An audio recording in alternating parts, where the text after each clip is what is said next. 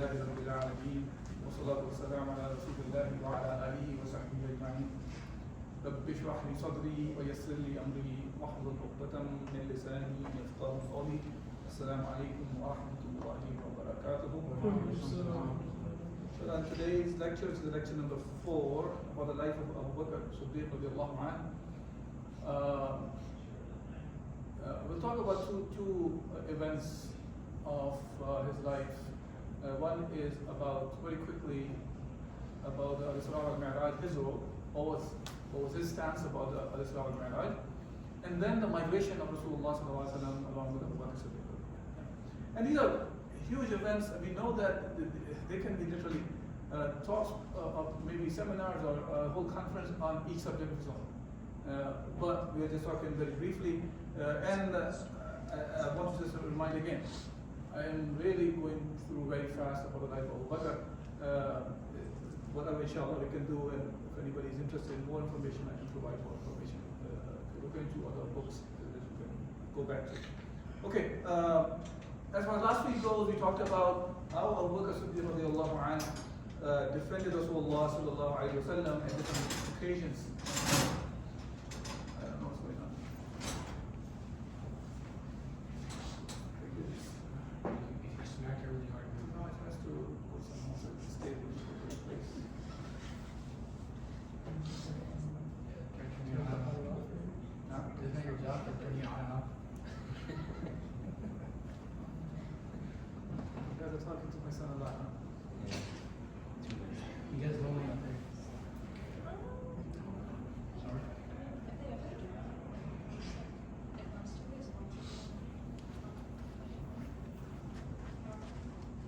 Okay, so last week we talked about how Abu Bakr Siddiq radiallahu anhu, he played a role of defending Rasulullah sallallahu alayhi wa sallam at different occasions, and his work in freeing the slaves. And we talked a bit briefly about that we find that Abu Bakr Siddiq radiallahu anhu, and even different Sahaba, they were engaged in many other activities in parallel with what Rasulullah sallallahu alayhi wa sallam was calling the people for, which is that to establish the deen of Allah Azza wa Jal. That's the main theme of all the prophets were sent for this purpose, and so was Rasulullah sallallahu alayhi wa sallam. Now, while all this was going on, Abu Bakr Siddiq also went through many difficult times, trials and tribulations, to the point he was about to migrate from Makkah to Habasha, like the other Sahaba, they migrated. And while he was trying to migrate, Ibn al-Daghina, he's the one who prevented Abu Bakr to migrate from Makkah to Medina, Makkah to Habasha, Abyssinia. The reason that he mentioned about the qualities that Abu Bakr Siddiq had, he said people like Abu Bakr should not be leaving or forced to leave Makkah. Meaning, referring to he is the one who is honest, the one who takes care of relationship between the people, the one who is takes care of the weak, and so on and so forth. And the way Ibn al-Daghina talked about Abu Bakr, the qualities he mentioned were very similar as Khadija radiallahu anha talked about Rasulullah sallallahu alaihi wasallam when Rasulullah sallallahu alaihi wasallam received the first wahi, the first revelation, and he returned back to Khadija for getting her advice. Now, so anyway, Abu Bakr did not migrate because Ibn Daghina, he gave the protection. The protection was given with this condition that Abu Bakr will be reciting the Quran inside his house. And after a few days, Abu Bakr came outside the house and started reciting. And the way he used to recite, he would cry when he's reciting the Quran. And it used to have huge impact on the hearts of the people. Women, children, men, whoever listened to it, the Quran was in the language of the Quraysh, and hence whatever was recited, they were understanding what was recited, and if it's recited with the passion, the passion that Abu Bakr Siddiq had, they had a huge impact on the people. So Meccans saw that, okay, this is having according to their understanding, a negative impact on the people, and people will start accepting Islam because of his recitation. So they asked, they said, look, we gave him aman, we gave him your protection, your tribe's protection, based on that he will be reciting the Quran inside the house, and he's coming out and reciting outside the house. So he went back to Abu Bakr and told him, look, I can continue my protection as long as you recite the Quran inside the house, not outside. And Abu Bakr said, you can keep your protection and you will continue to recite the Quran, because the main purpose was to calling the people towards the deen of Allah Azza wa Jal. And of course, he was doing the act of ibadah as well. Then we talked about Abu Bakr's role in carrying the message to different tribes, and we just briefly talked about Banu Shayban. And Banu Shayban, we talked about that with Banu Shayban, what happened was, move this way, because I think I'm stepping on the cable. No, I'm good. It's just when I step on the cable, it just gets disconnected. Screen's turning on. Yeah. The mic is not working though. Okay. And Banu Shayban, what we saw was when he went along with Rasulullah sallallahu alaihi wasallam, Banu Shayban were going to give the support to Rasulullah to the extent that to accept Islam and supporting him, but they were trying to put a condition to Rasulullah sallallahu alaihi wasallam that, okay, we'll protect you and everything, but one condition is we will not be protecting you from the side of the Persians, because they had some alliance with them, and they were, in a sense, Kisra or the Persians were the superpower at that time, and compared to them, the Arabs were weaker power. So they did not have the strength to fight against. But Rasulullah said, look, this nusra, this support has to be from all the sides, all the jawanib, yeah? So, and then Rasulullah rejected them with this understanding that even though they were truthful, yeah, when they responded back to Rasulullah, they were truthful. Whatever they thought of it, they said it, and Rasulullah did not accept that kind of conditional power that was given to Rasulullah. And later on, we find that Rasulullah also rejected many other tribes in the very same way. And Quraysh, we as many of us who have read the seerah of Rasulullah, we see it all the time. They went to Rasulullah and they asked him, okay, stop doing what you're doing. If you want power, we'll make you the ruler. If you want wealth, we'll make you the richest person. If you want to marry any woman that you want, the most beautiful woman you want, we can get that woman for you. And all sorts of compromises they were offering to Rasulullah, and the condition was to leave what Rasulullah was doing. And even to the point, at one point they said, okay, why don't you worship our gods for 1 year, we won't worship your God for 1 year. And for that, Allah subhanahu wa ta'ala revealed the surah, Surah Al-Kafirun, that ended up with lakum deenukum waliya deen, that you have your deen and I have your way of life, I have my way of life, which is given to me by Allah. I worship Allah subhanahu wa ta'ala, the one you don't worship. And I will not worship what you worship. So these are the verses that you can see in Surah Al-Kafirun. Okay. So today we'll talk about the summary of the Meccan era and the two specific main events, al-Isra wal-Mi'raj and the migration. When it comes to the summary of what happened in the Meccan era, so we can see that Abu Bakr played a crucial role in the Meccan era. He was one of the first people who entered the fold of Islam, one thing. Then he started calling people into the fold of Islam, and he was able to bring some of the greatest Sahaba into the fold of Islam, and we talked about, even among those 10 who we are trying to cover in these talks, the one who were given the glad tidings of the Jannah, among those 10, 6 of them entered the fold of Islam by the effort of Abu Bakr, and 7th one was himself. So 7 people, imagine that. How much of a ajr and the reward Abu Bakr will continue to get.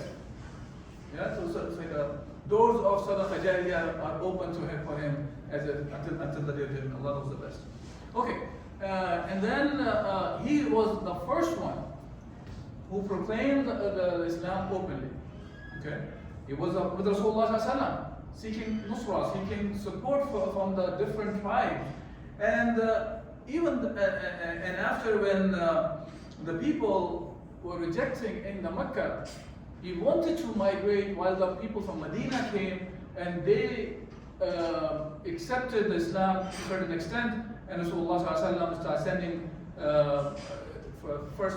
first year 6 people came, they became Muslim, and then 12 people came the next year, and they gave the bay'ah to Rasulullah, the pledge of allegiance, that Pledge of Allegiance was basic about basic things. And as a matter sometimes it's referred as Bay'atul Nisa as well. The bay'ah of the women, because there was no fighting was prescribed at that time yet.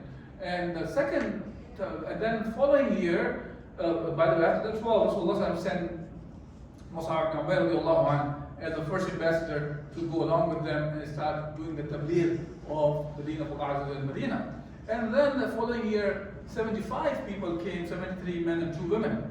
And they gave to the oath of allegiance to Rasulullah, and that one was for to protecting Muhammad from all the angles. That bay'ah was unconditional.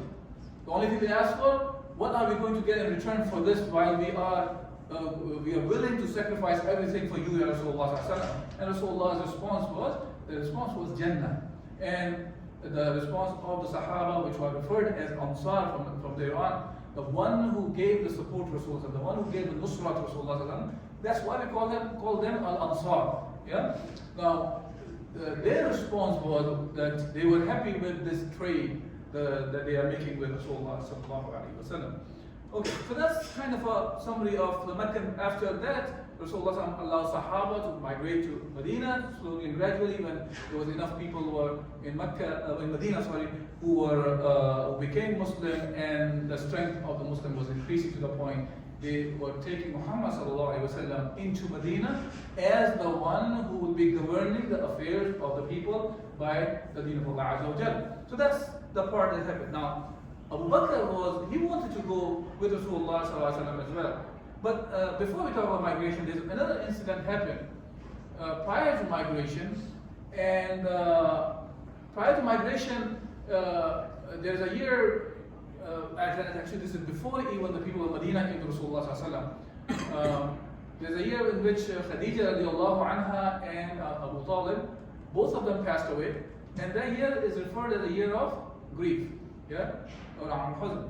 And Rasulullah was going through very difficult times. He lost 2 main pillars of support. One was Abu Talib, from the perspective of materialistically, he was supporting him because he was the head of a tribe.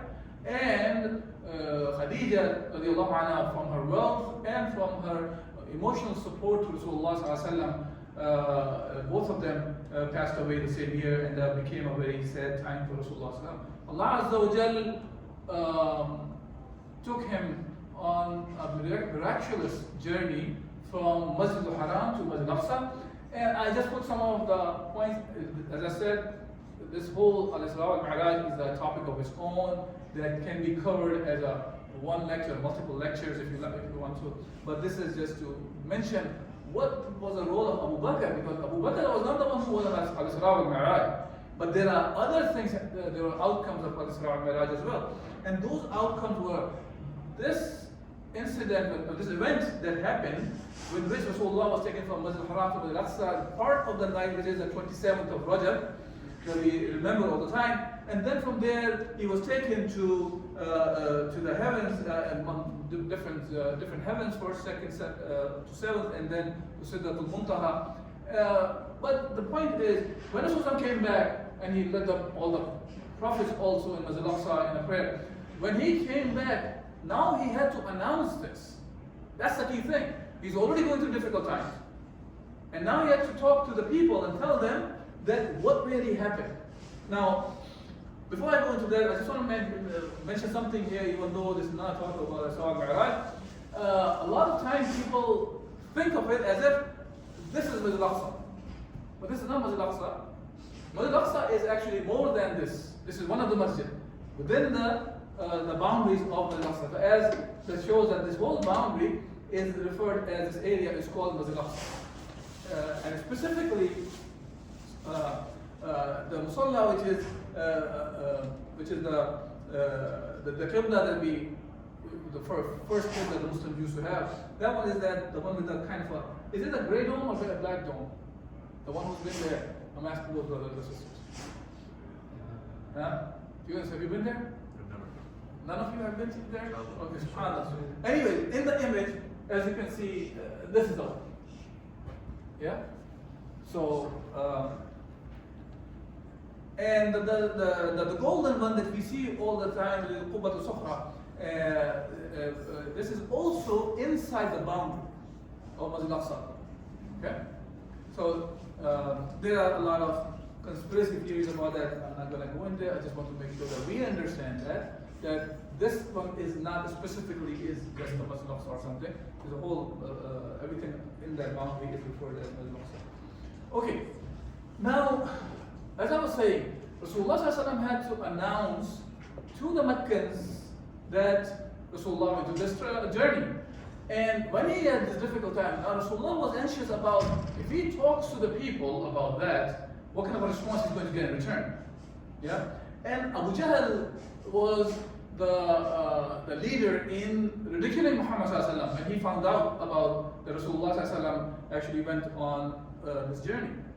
And he asked when Rasulullah came back, so what's new to Rasulullah ﷺ? And he said he was on the journey from last night, from Masjid al-Haram to Masjid al-Aqsa, and came back the part of the night.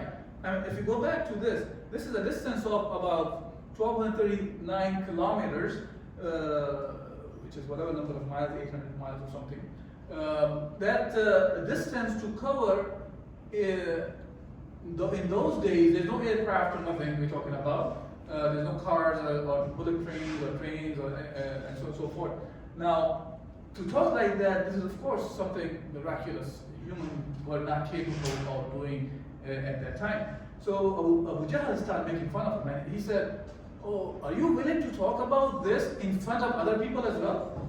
And when Rasulullah said yes, so he started gathering people, and he started ridiculing Rasulullah like holding his head like this. Oh, look what he's talking about.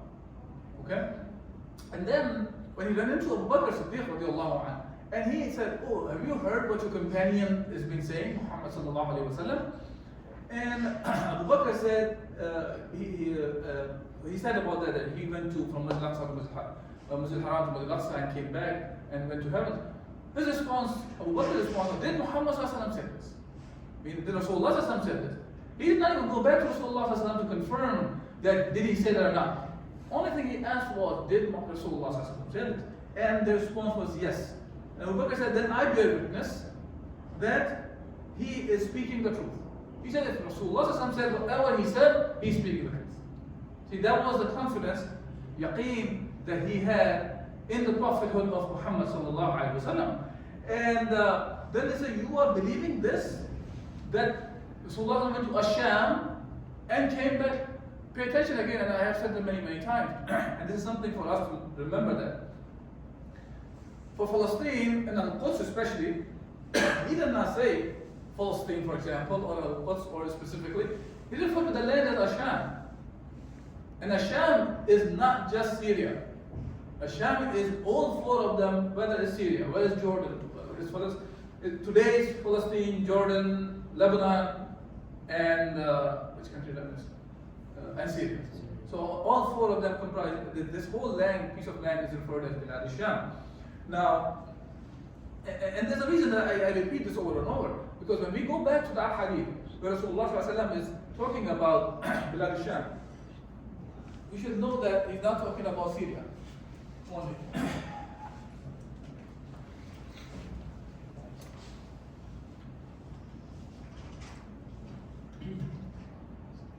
Okay. Then, and because of his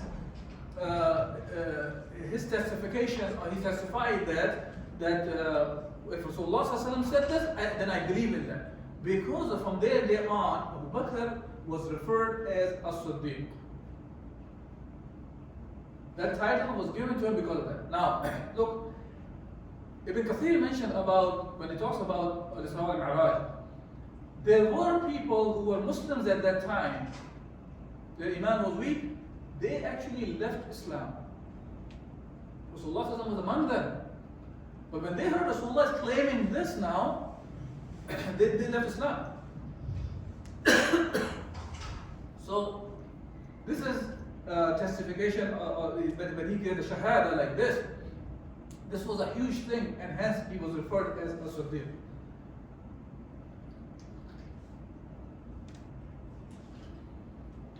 Okay, so I'm not going to go into more detail on that. Now, let's talk about the migration. Sorry. I've been talking too much these days. So, when Rasulullah started telling Sahaba to migrate from Mecca to Medina, Abu Bakr wanted to leave as well.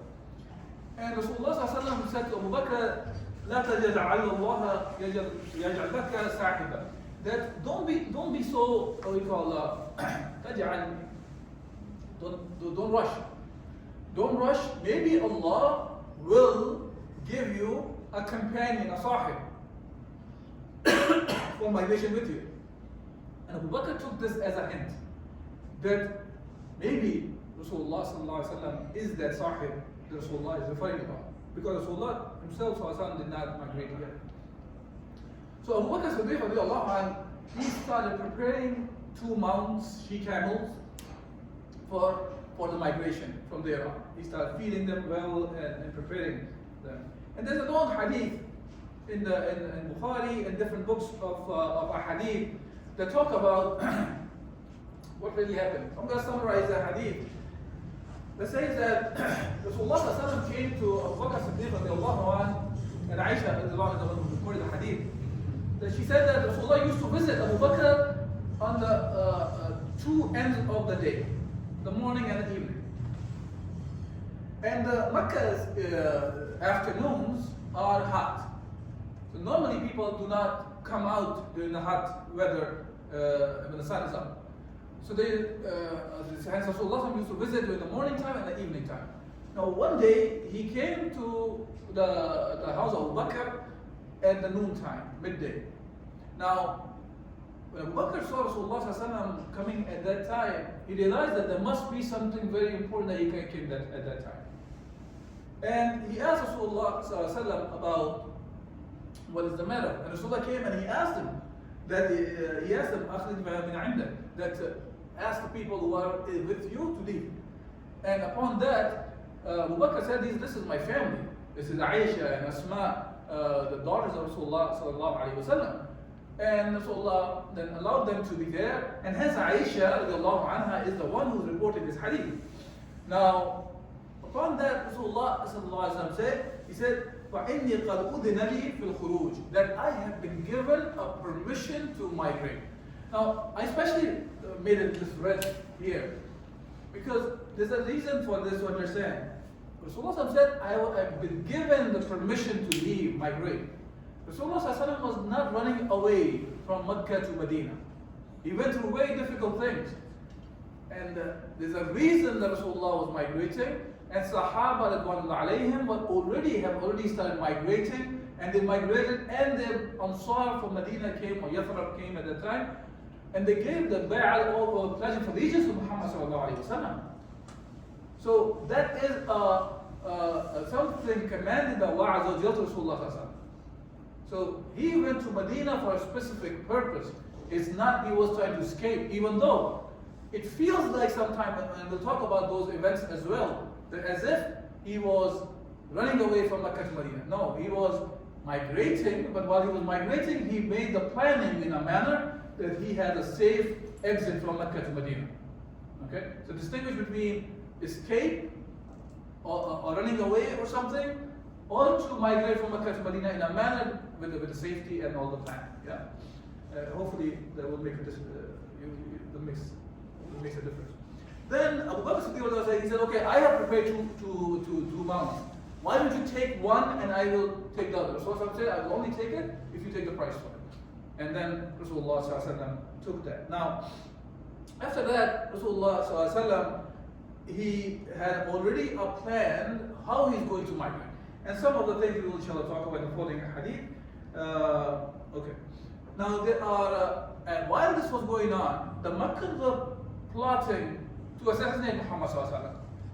Okay, because they were seeing the Sahaba were migrating. So they wanted to, so they actually said, there was in the Nadwa, they gathered all the leaders of different tribes, and they thought about different plans and plots. First they were thinking about, okay, let's imprison him, or but they said, well, if we imprison him, his supporters will come and take him out. They said, okay, why don't we just exit him out, kick him out of Mecca. They said, well, he can get more strength and come back. They said, okay, what about if we kill Rasulullah? They said, well, Abu Jahl came up with this idea. But then he himself said, was told that if one person goes and kills Muhammad, then the tribe of Muhammad will not leave him alone. Then the war will start between the tribes.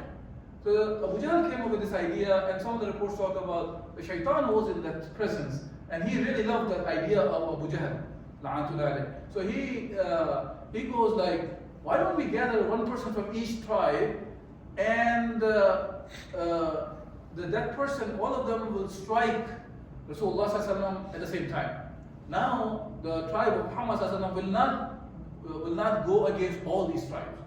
So this way, what we can do is we can give them some blood money, and that will be over. Yeah. So now these are the 11 people that they chose, that who will be executing them.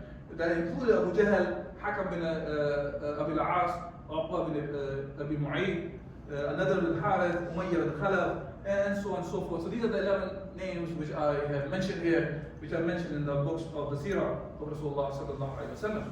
Now while Rasulullah now wanted to take Abu Bakr along with him for migration, there were different people played a very important role in this migration. One was Abu Bakr himself, of course, radiallahu anhu.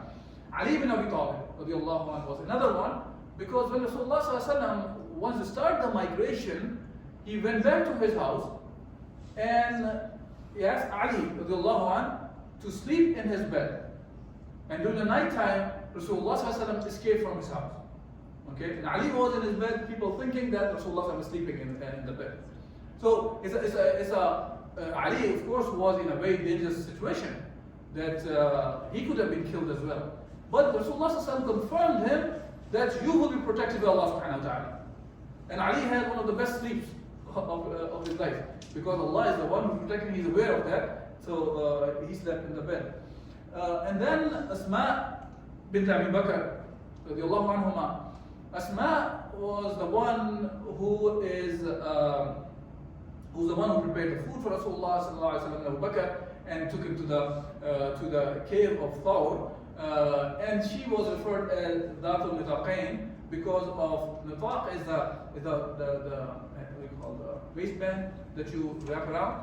So she had that to wrap the food. So she cut it into two pieces. One uses the waistband, and the other one she wrapped the food with. Tied the food with. And you can see that the family of Abu Bakr had a huge role in this whole thing. Abdullah ibn Abi Bakr radiallahu anhu, he's the one who used to bring the news. He would go during the daytime in the Mecca, in the Haram, collect the information what they are planning and plotting against Rasulullah and Abu Bakr. And then during the night time, when the dusk after sunset, he would go to Rasulullah and Abu Bakr to give them the news about what the Kuffar of the Mecca were plotting. And then Abu Bakr's freed slave, remember we talked about Amr bin Fuhayra radiallahu anhu. It was a free slave of Abu Bakr Siddiq radiallahu anhu. He's the one who used to bring his herd of Abu Bakr, and the way he used to the cattle he would bring for grazing, but he used to bring them in a manner that they would remove all the footsteps that would lead to the cave of Thawr. Okay, so like Abdullah ibn Bakr is going there, so his goats and sheep or goats or whatever he had, they would remove all the footsteps that would take him to the cave of the Thawr if anybody is looking for. And also he would bring some of the goats with the milk, so they have enough milk for Abu Bakr and Rasulullah. And also Abu Bakr hired a person, Abdullah bin Ariqat. Abdullah bin Ariqat was a mushrik at that time, but he was given a specific amount of wealth for guiding Rasulullah. He was a guide. Some of the reports, which is like, for example, Al-Dhahabi considered that Abdullah bin Ariqat became Muslim later on, while An-Nawawi said that he did not. Okay? I did not write the whole sentence, did I? Okay. Nawawi said he did not become Muslim. Okay, let me fix it before I give you wrong information here.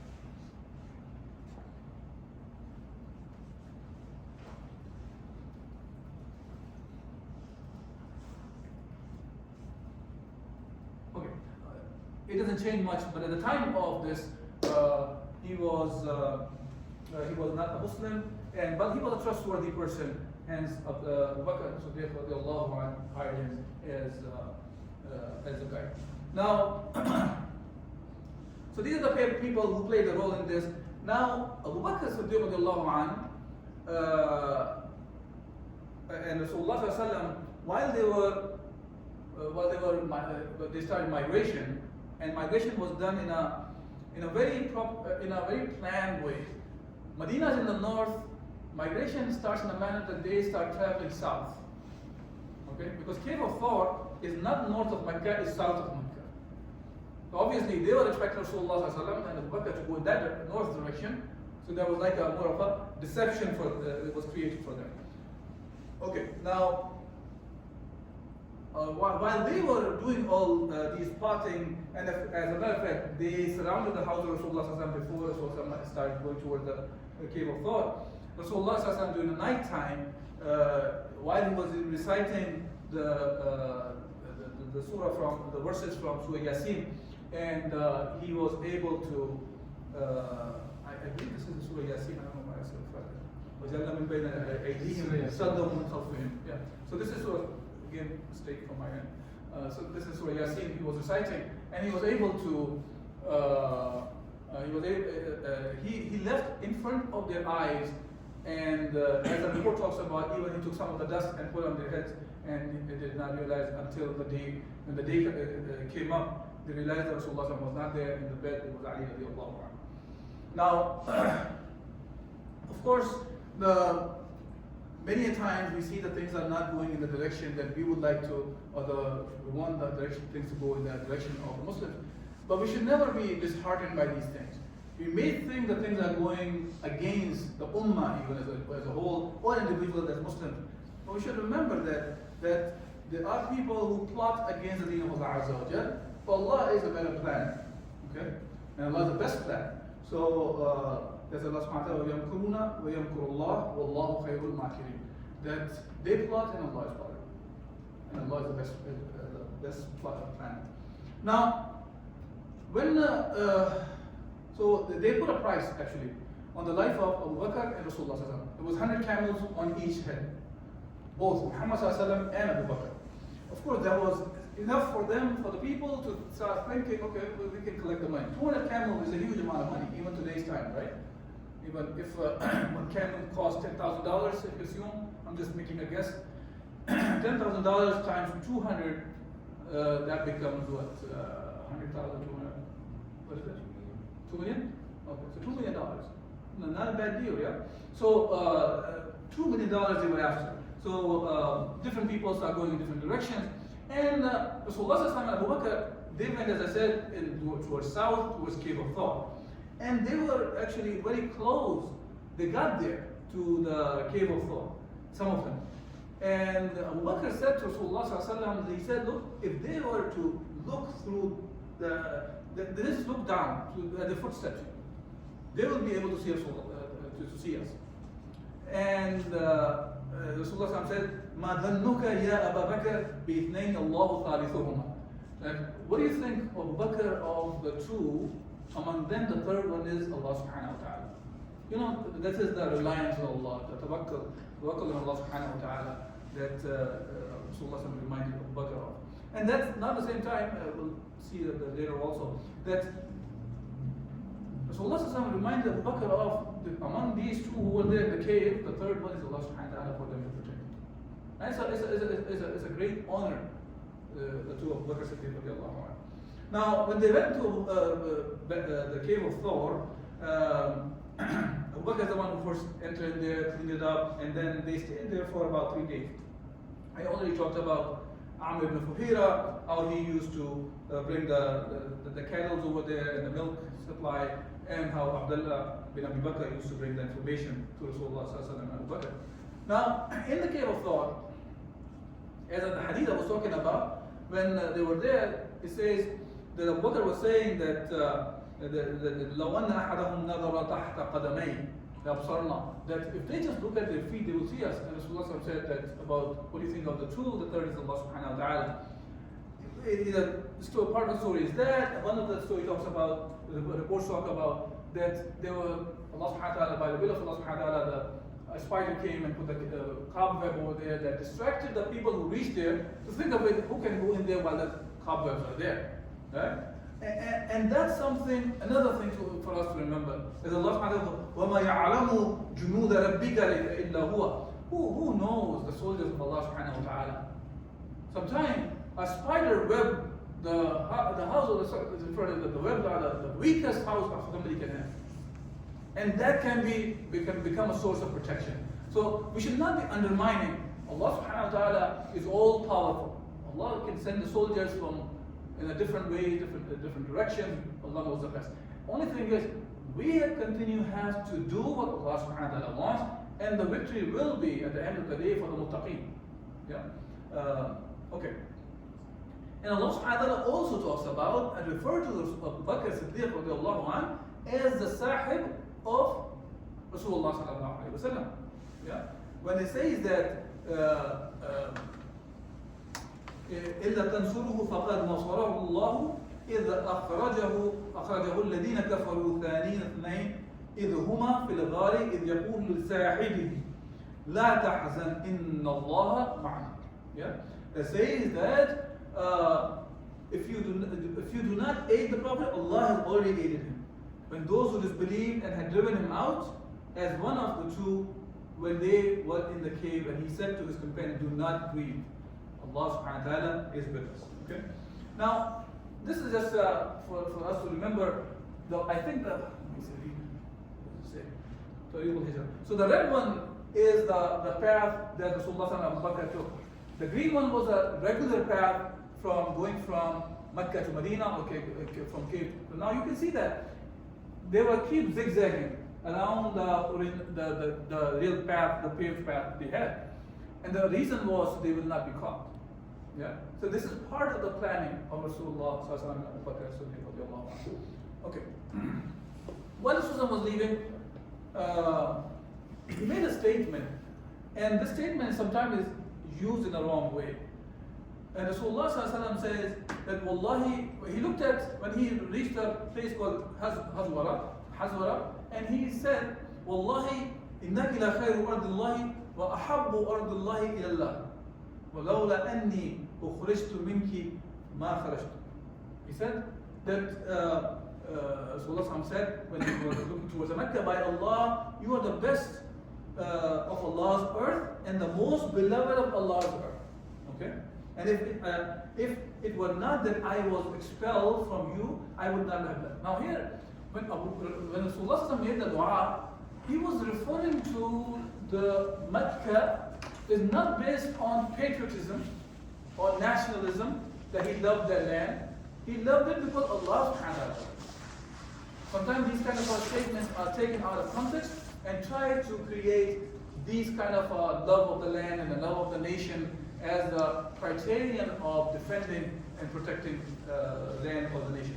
We as a Muslim, we do whatever we do for the sake of Allah Azza wa Jal only. Yeah? Okay. And we can talk about it, especially this concept. I'm not going to cover this, the whole incident of Surah, because this is not something to do with more with Abu Bakr. During this journey, they did, Surah bin Malik came to Abu Bakr, Rasulullah, and he caught up. But anyways, we'll skip that. If there's any question, I can talk about it. They met Ma'bad as well. Ma'bad, just the only thing I'll mention is, the best description of Rasulullah has anybody has ever mentioned is by Ma'bad.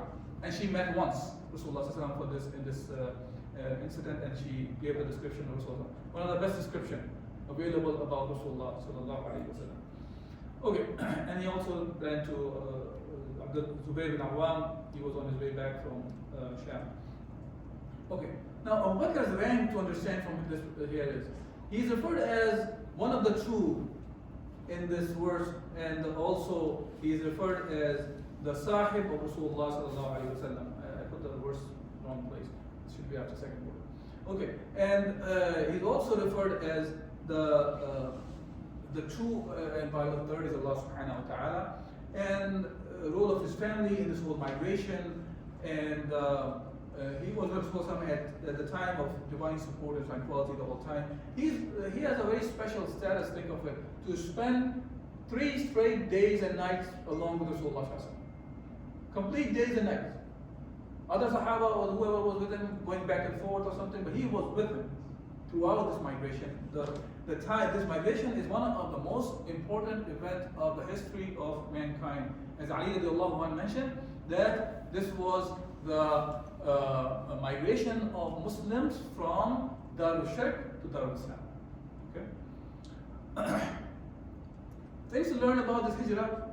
Also, Abu Bakr Siddiq radiallahu anhu, he prepared the mount and all those, the mount and the preparation of the food and bringing information, getting the right guide for the information, and how the route was taken instead of going completely north, going south first and then going north, and stayed in Ghar Thawr for 3 days till things calmed down. Yeah, and the time that Rasulullah chose to meet Abu Bakr, I just mentioned very quickly that it's in the daytime he went there. Look, daytime because most of the people were not there available. So he went during the daytime, so he will not be seen by anybody else. Yeah, and Rasulullah his face was covered when he arrived at Abu Bakr's house at that time, as the hadith was talking about.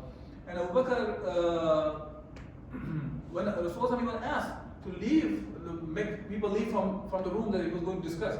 So there's nothing wrong with this. When there are important affairs are discussed, the people who should not be in a room, they can be asked to leave. Okay, so that's part of planning and have a successful plan to do anything. Look, Rasulullah was the message of Allah. He was getting the wahi, but he showed us how to do the actions, how to plan things ahead of time, and make sure that the plan is what's it called, fault-proof, foolproof. And then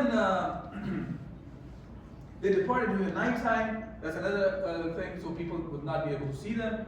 And even they took a mushrik, but a trustworthy mushrik for this travel, this journey that Rasulullah did from Mecca to Medina.